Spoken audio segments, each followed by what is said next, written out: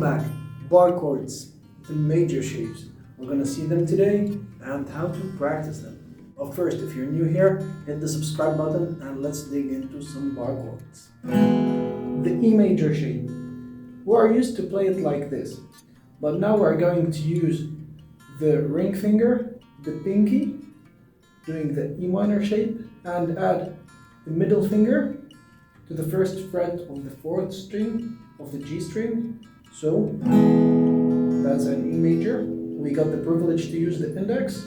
So we will take the index to the G note, bar the whole strings, do the E shape. That will be an G major, A major, B major, C major, D major, and now we're on the 12th fret.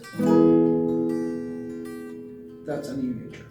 So for sure you've memorized the fretboard.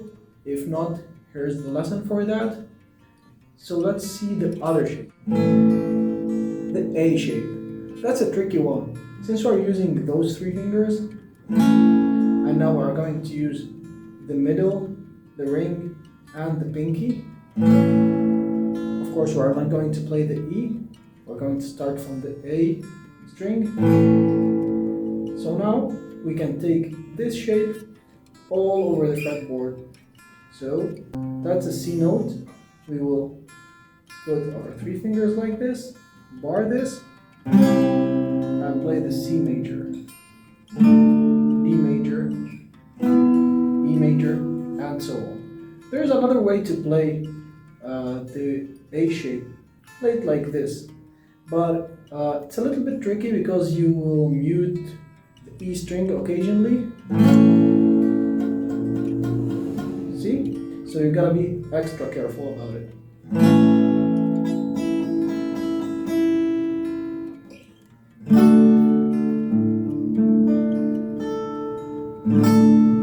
Remember, to bar the chords, you need to use the outer part of your finger, the rough part, not the soft part, and do the clamp shape, do it like this,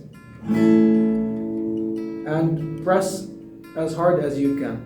Practice it, your finger will get more tough, and it will get better and better eventually.